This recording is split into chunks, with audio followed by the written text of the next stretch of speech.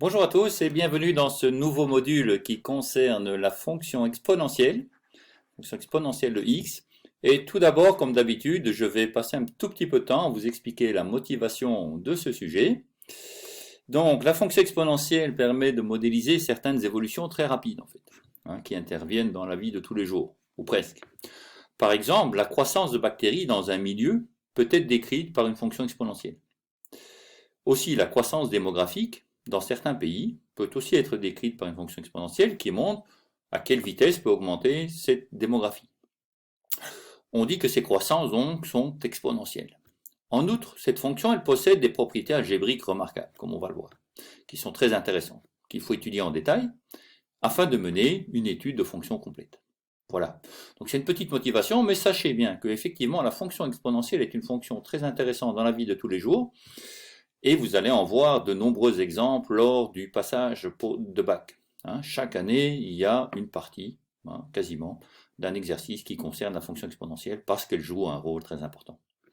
Voilà, alors ce module est constitué, comme d'habitude, de 4 parties.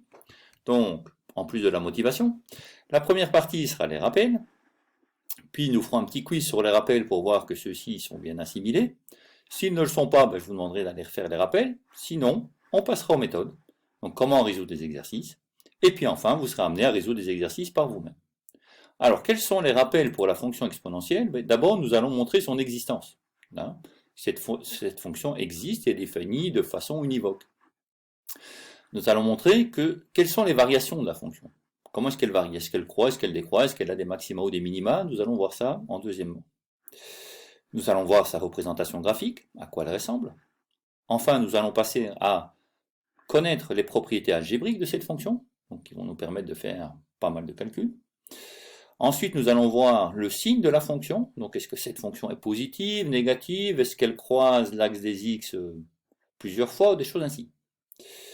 Nous allons voir comment résoudre les équations et inéquations en faisant intervenir la fonction exponentielle.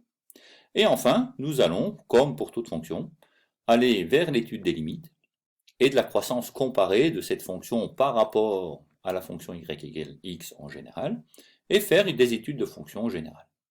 Voilà, donc ces rappels seront faits tout de suite après, et donc comme je l'ai dit, on passera alors par les quiz, méthodes et exercices, et en espérant que le quiz s'est bien passé, vous pourrez directement continuer. Sinon, vous reviendrez voir les rappels.